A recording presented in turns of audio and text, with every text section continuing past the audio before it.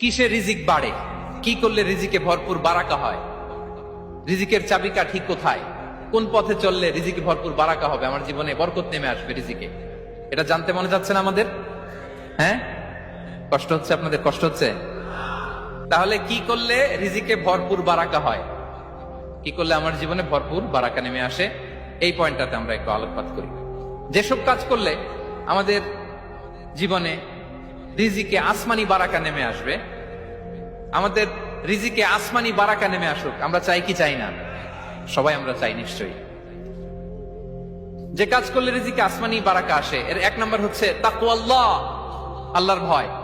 আল্লাহ তাআলা বলছেন, ওমাইয়াত্তাকিল্লাহা ইয়াজআল লাহু মাখরাজা ওয়া ইয়ারযুকহু মিন হাইসু লা ইয়াহতাসিব।